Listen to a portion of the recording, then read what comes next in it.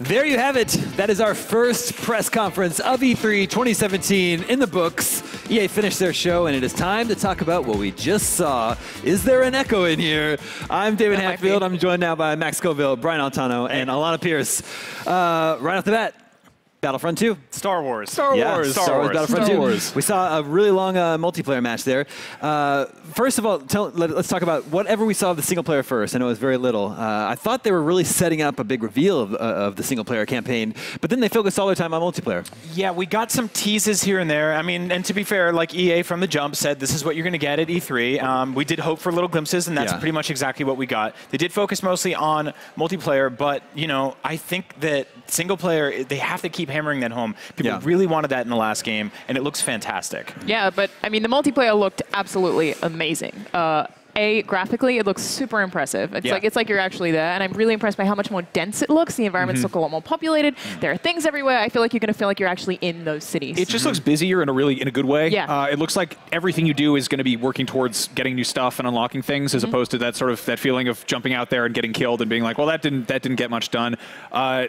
Yeah, like I was saying, seeing the prequels in a movie form, you're like, well, that looks like CG from 2003 or whatever, and seeing it in Frostbite looks stunning. Yeah. Like the Super Battle Droid looked awesome running around. Like obviously I'm original trilogy first, but I do have love for the prequels, and to be like, I want to kick some ass as a dorky little battle droid. I think it's also really impressive that the maps look really dense, like you said, busier in a good way, but they're also really colorful, but also have a lot of verticality. Like they look really big as well. I feel like they ticked pretty much all the boxes for stuff that I want to see in multiplayer. I'm super satisfied. We've got jump troopers, we've got Boba Fett with his jetpack, we've got Darth Maul flipping through the air and jumping in the sky. There's a lot of verticality to it. There's a lot of movement to it. It's fast. It's fluid. Seeing Darth Maul run through enemies in the indoor environments was especially impressive to me, because in the first game, to be honest, that would have looked kind of weird and janky. The heroes and villains in that game were really cool on the surface level, but when it came down to actually controlling them and playing them, they felt a little out of place.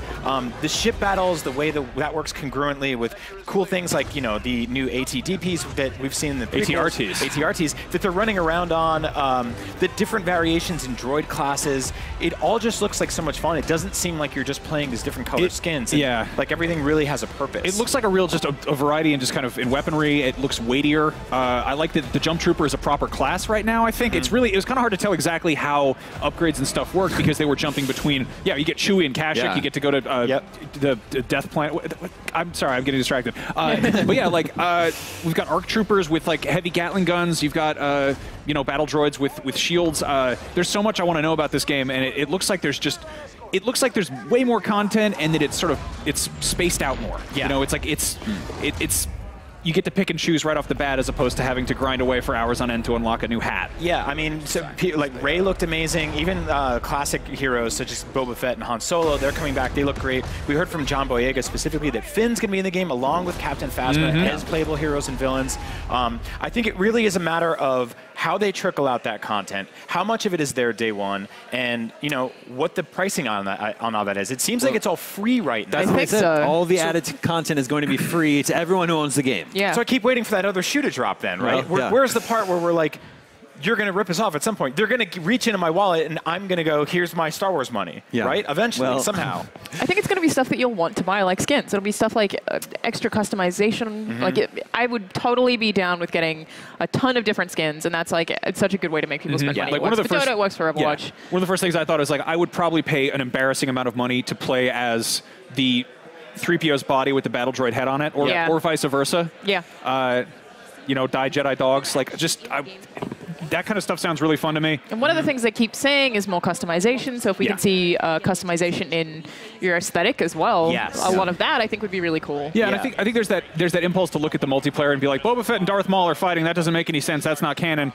But this is people playing with toys on the playground. We still also get I love to cut away just for a second. Yeah. That's definitely not canon. I love it. Like, speaking of customization, we've got this new canonical story, and it's gonna deliver some stuff. It's gonna be about. It's gonna be in Star Wars. It's gonna actually move the saga forward. And then at the same time, you're like, I'm gonna run around and fight Darth Maul with Han Solo.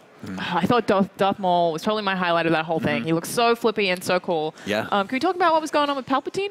Yeah. Well, So that's, I forget the name of it right now, but basically Palpatine, that's what he uses to work from home. Like that's a robot that's got a sort of Skype interface on the front. Wish and I had one of those. Yeah. If you check out the comic Shattered Empire, it actually shows up. It's existing in the Star Wars canon Okay, already. so it's not something they made just for this. No. That's awesome. There will be some stuff though, but I love that they're. Yeah. He's very dead canonically by the time that robot shows up to do his Skyping for him. So we'll see how that all Look, plays if there's out. anything we should take from this, it's that there are a lot of explosions and we are destroying the cannon, and I am all for it. Yep. All for it, and just flying ships right into that tower right there. The last Battlefront game was one of the most beautiful video games ever made. Endor is just stunning. I hope we get to see a lot of those classic levels return. I'm sure we will. But seeing stuff like this is even better because I've never, like Max was saying in the pre-show, the prequels never looked this good before, and they do now. Yeah. I think the UI also looks really nice. It doesn't cover too much of what you're saying. Like, God, the map is so dense. Yeah, we saw a lot of vehicles that are not familiar to me. Yeah, that's a V-Wing. I think that first showed up in Revenge of the Sith. There's also AT-RTs walking around, those little kind of mini AT-ATs. I'm excited about flying the Naboo fighter. Like that's the the one that Anakin steals. And so what feels legitimately cool about the ship battles in this game so far, or at least getting into vehicular combat, is that in the last game it sort of felt weirdly power-up based, and you would find an icon on a map, you jump into a ship, and it would, chances are not, blow up pretty soon depending on how well you could fly it. This seems like it's baked into the game a little bit better.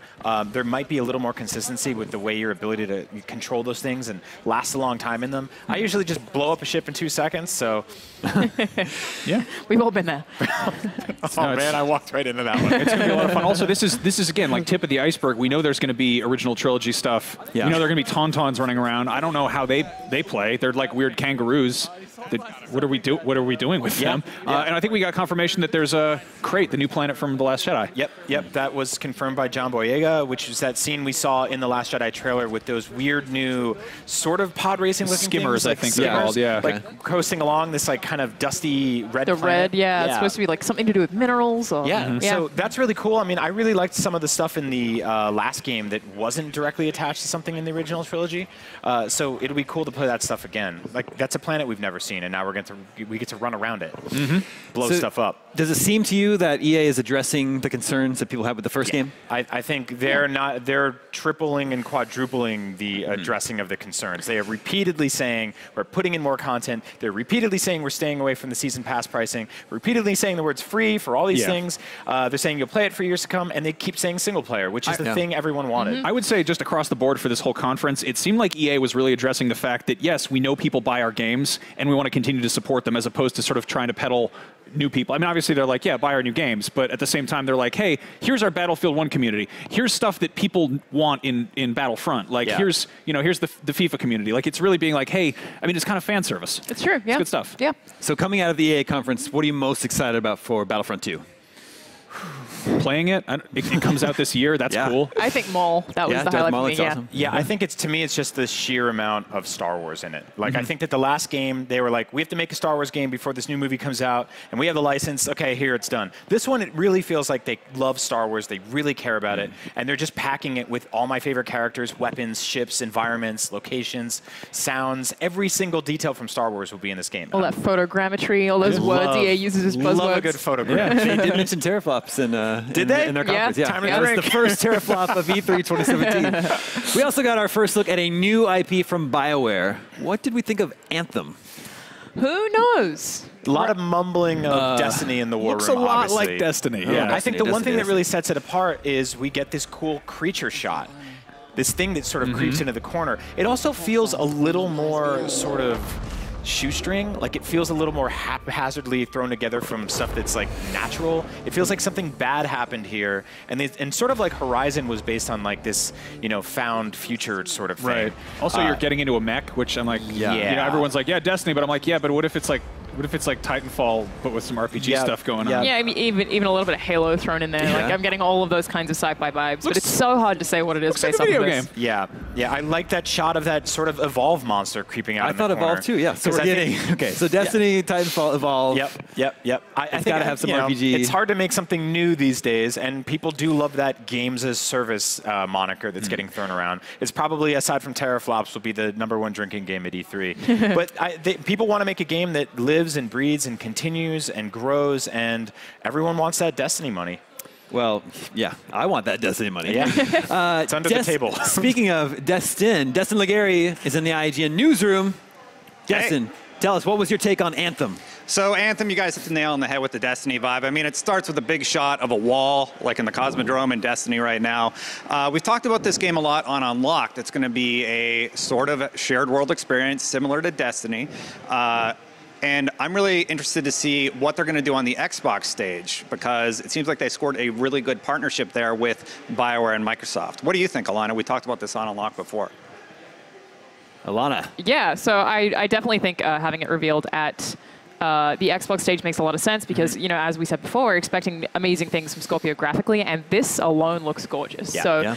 I'm assuming all of this is cinematic. I can't wait to actually see some actual gameplay, hoping that we have some there, because it is pretty early. Just announced. And we're seeing PlayStation align with Destiny. We talked on the pre-show about how Microsoft needs to make some of those moves, and you mentioned that that's not really their style, but it's cool to see them like at least sort of eke out something that they can put in there and say, this is ours. We watched the end of this trailer, and they said, hey, it's going to be more there, so that'll be cool to see. But Destin, BioWare is known for story. Destiny is maybe not so much known for story. How do you think that they're going to reconcile that at BioWare then? So I would love it if they came out and actually showed Bungie how to tell a fantastic story in a share world shooter experience. Now, Destiny has done well with like the Taken King, and it looks like they're going that way with Destiny 2. But what are they going to do with Anthem here? I mean, BioWare, this is BioWare Edmonton, not any of the other BioWare teams, the king of storytelling with that division. And I want to give them a chance. It looks like it's going to be 4-player co-op. They updated their Twitter. They have a game website now that's out there. So we have seen some hints about what the experience is going to be like. And really, it's just so little to go off of. There's a monster, there's a wall, and there's some dude in some badass-looking armor. I need to see more gameplay.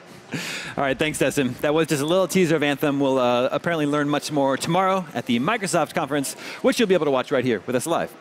Now, we also got to see a lot of Need for Speed Payback, which actually looked really fun to me. Oh, yeah. I don't know about you guys. Yeah, I got immediate vibes of Sleeping Dogs, which is sort of now a dead franchise that was made by United Front Games, which was people who had worked on Need for Speed. But the idea of like ramming cars off the road and having like a sort of a turbo boost and then trying to jump onto a car and all this kind of being vaguely cinematic. I think of Need for Speed usually as a racing game, but this seems like it's got like a cool action movie story going on. Yeah, this game is stunning. I was particularly enthused by the pacing in which this trailer unfolded because it seemed to sort of jump between gameplay and cinematic cutscenes almost like perfectly fluidly. You would see a car crash and it would pull out. It looked like someone was controlling it, and there'd be a cutscene with VO and then cut right back into the race. Really gorgeous stuff. I think when we were goofing before about like Las Vegas or some sort of fake version of Las Vegas, I didn't think about how vast and beautiful that can get once you get outside of the Strip. There's a lot of really cool environments here. The lighting looks incredible. What do you think, Alana? I was really impressed by how explosive it is. Yeah. Like, there's a lot of takedowns here and there's slow-mo, but it feels like you see every single frame. Like, they're gorgeous. The explosions are really cool. I think it's going to be a lot of fun just bashing people off the road, which is, you know, leading into this, I was like, how do you beat Forza Horizon? Which is, like, Forza Horizon 3 is such a good arcade car game, and then it's like, oh, you make it completely different. You make it in ways that I violent. didn't expect. You make it incredibly violent. Forza Horizon is like chill. They're like, let's go for a nice cruise and have some tunes. And these guys are like, we're gonna blow up some cars. Look at this road. Like, there's just like parts of car everywhere flying in the sky. Yeah, it looks like probably the most cinematic thing I think I've ever seen from a racer, so I'm totally for that. It looks like he's got some nitrous there as well. That's a thing that we haven't seen in a game in a while. Yeah, I'm wondering if they're gonna borrow the kind of the GTA like going into bullet time with a car mechanic, because that's a lot of fun to go around turns and everything. Yeah, this looks really interesting. I'm getting Burnout and also Split Second vibes. Do you guys remember that game? Split Second is kind of a deep cut, actually. Yeah. But that game is kind of a cult favorite. You know, we were talking about Need for Speed Hot Pursuit. This totally sort of reminds me of that game. Yeah, I'm interested to see how the story works. If you're in cars the entire time, where we're going to see a lot of cutscenes with people. Yeah. You saw a woman At the jump out of the car. Yeah. And you switch to controlling her vehicle. Right? Yeah. It's always weird when that happens in a game where it doesn't normally happen, like when Tony Hawk gets off his board. But What are you doing? what are you doing? Get back on that board. Yeah, I don't know. I'm torn on that, but I have confidence that they'll be able to pull this off. I'm a little worried that the story's going to be very cheesy, Well, I'm but totally it does okay look with like it's that. going to be fun to play. It's about cars. It's going to be great. But no, like I think it's cool. I mean, again, not to keep reminding people of GTA, but like the fact that you're jumping between characters and controlling different actions is a really smart way of keeping the story fresh while not kind of pulling over to just go into a cutscene. Yeah. You're jumping between cars, doing different things. Yeah, it's true. It'll give you a lot of variety, and that is a customized GT we're seeing there. That's not the stock model, so we assume that the player gets to customize them. That they didn't confirm that, but it's almost guaranteed. Well, they've said it'll have the deepest customization the series has ever seen. So that game is coming out this year. It definitely has my attention. I look forward to seeing more. So everything we've talked about so far, what's been the real takeaway from EA's press conference this year? I think. How would you rate them? Well, it's such a strange press conference to start E3 with, right? Because it's so completely all over the place. Yeah. Like, the Star Wars fans are sitting there during the FIFA parts being bored to tears, and I'm sure some of the FIFA fans are watching the Star Wars stuff, and then in the middle there's a game about jailbreak, and it's just bizarre. I would give it, I would give it a C if it didn't have Star Wars, and a B+ because it does. Okay. The old Star Wars bump. Yeah. They call it. I'd say it's really good for an EA conference. They frequently will just get weirdly self-indulgent, and it feels more like a presentation they would show internally, and they're like, hey, we've got GoPros, and we're working on an extreme sports game that may or may not ever come out. R.I.P. Steep. Yeah, and they show a bunch of people working in a studio, and you're like, well, that's cool. You guys do good work, but like, show us the games. Yeah, I feel like I thought it was fine. Like, I thought it was more or less what I expected it to be, especially knowing that they were going to lead into Battlefront a lot. We got what we wanted, so I didn't think it was amazing. I'm not blown away, but I'm feeling pretty good cruising into E3 week. Yeah. Cool. All right, we've got to take a quick break. Don't go anywhere. Our EA Post Show continues right after this.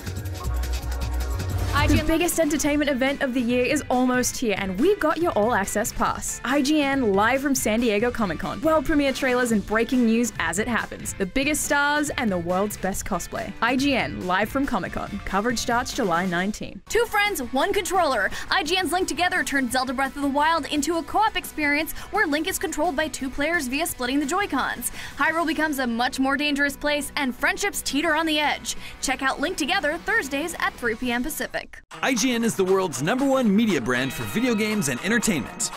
From breaking news and brand new trailers to reviews, let's plays, and the latest tips and tricks. IGN brings you the videos you crave everywhere you watch.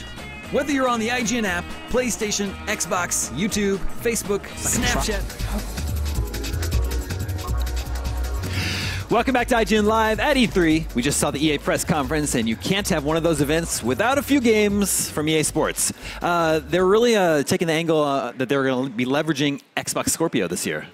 Yeah, yeah, they want those elbow pads to look just really, really realistic. It's kind of an interesting place for devs and publishers to be, where of course you want your game shown on whichever console is going to make it look best, but then Sony obviously has the majority market. So it's going to be an interesting year, I think, seeing who people align with. It's also, we couldn't specifically see it running on Xbox One Scorpio stuff because that hasn't happened Don't even know yet. what that looks like right now. Chronologically in E3, so it's very odd. I do think you guys are onto something, though. They will animate individual blades of grass in FIFA. You will get to see down to the ant sitting on the tip of the grass. That's what I want in a soccer game. Me too. It's what I try to think about mostly. You know what we didn't get was FIFA on Switch. Yeah, so if you saw me checking my phone like a rude boy just as the camera came in, it's because we just got a press release on the Switch version of FIFA, which actually sounds a lot more feature complete than I think many of us had sort of hypothesized. That's the whole way to say that word. Hypothesized, I think is the way we're doing it this year. It's actually called FIFA 18, so they are putting the number in there, but it seems like what it is missing is the FIFA Journey single-player campaign stuff. But you will be able to split off Joy-Cons and play 2 players on one screen. They're saying all these wonderful things about animation. They did not mention any teraflops, unfortunately, but it sounds like a mostly feature-complete version of FIFA 18. I'm so happy to hear that. Yeah, that's really cool. I'm really glad. Yeah, that's awesome. Does the press release mention release date? I did not see that far, but I will say that we are 1 press conference down, and we still have not heard the word Nintendo Switch yet. Yeah, that's true. Yeah. We've heard Scorpio, we've heard Teraflop. We're still on watch for Nintendo Switch. And that would be the place to have it. I guess Ubisoft on Monday would probably be the next possible place, unless Bethesda wants to talk about Skyrim. Yeah. But, I digress. What did you think about the NBA demo that they showed, where you're using both sticks on your controller to manipulate the player's hands? I thought that looked pretty cool. Like, I want to try that, especially as someone who doesn't know much about NBA. Like, I definitely want to try that. Also, they used a Kendrick Lamar song, so that was definitely a highlight of that for me. Yeah, I was pretty stoked about that. It made me want another skate game. It's like, remember the last time we did that? It was with the skateboard. That's the other thing. You guys owned that, right? You remember that. Just make it again. That's the other thing IGN commenters always say. They want another Burnout and another skate. Yeah. Yep. EA disappointed on that front. But I mean, I think it's got to be terrifying with something as much of sort of a known quantity as making an NBA game every year. Is like, you can't really shake up things too much because people will get very angry. They're like, this is too different from the last one. But at the same time, reinvent the basketball a little bit, like get weird with it, you know, try something new. So like you were talking about earlier in the pre-show, there is that sort of manager single player stuff that they keep trying to shoehorn into these games that a small group of people play and you know they love, but there's really not so much you can do. I remember reading a couple of years back where they were like, hey, our EA hockey game has like new Zamboni physics. And it's like, well, those clean the ice between the like. Yeah, it's hard. It's hard to keep that growing every year. It might be a small audience, but it probably is sort of a gateway drug approach to get people on board with the multiplayer. You know, people like that gets my attention as someone who doesn't play these games. I'm like, wait, you're telling me that I can open up my own NHL rink and paint the bleachers pink and charge people $2,000 for hot dogs? Yeah. I'm curious about a hockey game for the first time in 10 years. Well, to talk about Madden, I am Australian. I don't know anything about NFL at all. And then I was thinking, okay, this has a... I'm Australian too. this has a story mode in it. It's called Long Shot, I think was the name of it. And the idea that that could introduce me to how to play NFL before playing the game itself, like I think that would be like a soft way to throw me in, because I can't just go play Madden straight away online. I would get destroyed. You could. It would just be really funny. It would annoy everyone. So. Well, on our pre-show, we were wondering what will be this year's Unravel, this year's adorable dev moment, and we got that with A Way Out. Yes. The developer of A Way Out up there. Just incredible sort of like optimism and energy coming out of that whole sequence. I like how we were like, oh, we're going to have another awkward developer, and we got like a car salesman. He was incredibly confident. So it was great. We were clapping for this guy. So this guy's fascinating. I've actually been kind of paying attention to him for a minute. He made, he worked on was it a Brothers? Yeah. Brothers. Tale of Two Sons. Yeah, Tale of Two Sons. Yeah, Another it's always co-op game. Which is also a fantastic game. Interesting thing about this guy, if you pull up his Wikipedia page, I'm drawing a blank on his name, it's Joseph something. He also drew a blank on it at the start of the conference. That's true. That's a good point. He forgot it too. But he's a director. He's a film director. He made a number of films that got awards and did really well in festivals, and then he kind of just switched horses midstream and decided to start working on games. And I remember him talking a really big game ahead of Brothers, and then that was received really well. And I think that he's been working on this since then, and it looks really ambitious. Looks really cool. Two things about this game. Number one, I love games that are made out of the sort of necessity of a lack of things in that genre. He said specifically, I wanted to play a co-op game that wasn't, you know, drop in, drop out. And I couldn't find one, so I'm making one. Number two, like the sort of like prison escape genre is incredibly cool. Going back to Escape from Alcatraz, which we got major notes from there, just sort of digging behind the toilet to rip out the old wet wall and go rustling around in the pipes and stuff like that. To Prison Break, which I will, you know, admit on this stream I've seen every episode of, unfortunately. It's really cool, but what really separated it is this is not a game about a prison break. It is for a little bit, and then you're out in the world, and then you're climbing mountains and you're driving cars, and it started to feel a lot like a co-op Naughty Dog game. Yeah, like totally. I'm kind of wondering if you play single player, if you get an AI companion, but based on the kind of Hitman vibes of actually escaping or getting out of certain scenarios, it doesn't seem possible, and I'm fine with that. Like, there's so few games that have split-screen co-op these days, so I'm totally cool with that. What if it's sort of mandatory couch co-op the entire time? That's like what I'm kind of thinking. Yeah, and I like the idea that sometimes there would be a cutscene while someone else is playing, so it's definitely unique. Yeah, I think they said it's local-only co-op, right? Yeah. There's no online. Yeah. Which is interesting for 2017. I was also trying to figure this out. When do you think this game takes place? Is this a modern day game? I was thinking the 80s or something. This looks kind of late 70s to me. Yeah, just went with the sideburns. But then again, if you're in prison, I mean, there's nothing to do but grow sideburns. So why not? That's true. The #1 activity in prison, sideburn growing.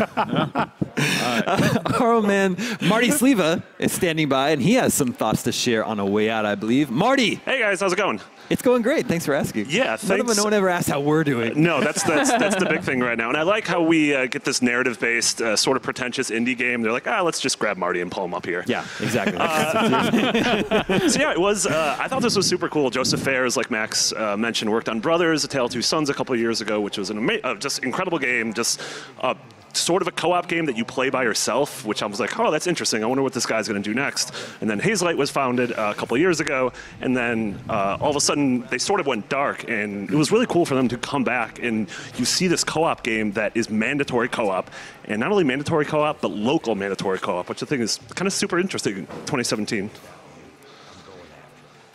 Do we have any idea on the voice actors in this game? I was trying to pick them out. I couldn't tell if it was actually someone who is well known. Marty, do you know anything about the voice actors? I didn't catch any of the voice actors. One of the guys kind of looked like Sean Penn, but I don't think that was Sean Penn. I think it's Sean Penn. It's probably Sean Penn. I definitely got some Trevor vibes from those guys. So. Marty, I was trying to figure out, what do you think the gameplay is like in this game? Because it feels like there's a lot of different scenarios. Yeah. It almost seemed David Cagey to me. Like, I feel like you're going to play through this, and depending on what you and your partner do, you're going to sort of get a different story, like a choose-your-own adventure. So I feel like this might be like a shorter, 2-3 hour game, but you can replay it and get a completely different narrative, which seems really cool. That's something I was definitely thinking about. Is it looks really big in scope, so it seems like it has to be short because it's an indie studio. But I mean, they had the backing of EA. That's no mean feat. Yeah, absolutely. I mean, if it's a 3-hour experience you play with somebody else, like a movie that you play through together, that has multiple different kind of endings or ways to go about it, that sounds awesome. Yeah, it's sort of like Until Dawn or Heavy Rain or something. One thing I found interesting was, obviously we had Unravel 2 years ago. We're getting Unravel 2, but last year we had Fee. If you guys remember that game with the fox, yes, and that was nowhere to be found this year. We're still waiting on that. Yeah. So I hope that's still in development. Maybe we'll hear more at Gamescom. But as of right now, I'm super excited for this. Yeah. All right. Thanks, Marty. Stand by just in case any other artsy-fartsy indie games are announced. Not going anywhere. That about wraps up EA's press conference at E3 2017 for us. Feels like we're all pretty positive on it. Yeah, especially about the Star Wars stuff. Yeah. That's you feel like they delivered. Still got you excited. Absolutely. And you're on board. I think if they had shown and teased half as much, I'd still be invested. But I can't wait. It's Star Wars. Cool. All right, we're going to take a quick break, and then we're going to take you back to the Hollywood Palladium for the EA Play stream in progress, where they have deep dives and all the big games you saw today. So stay with us.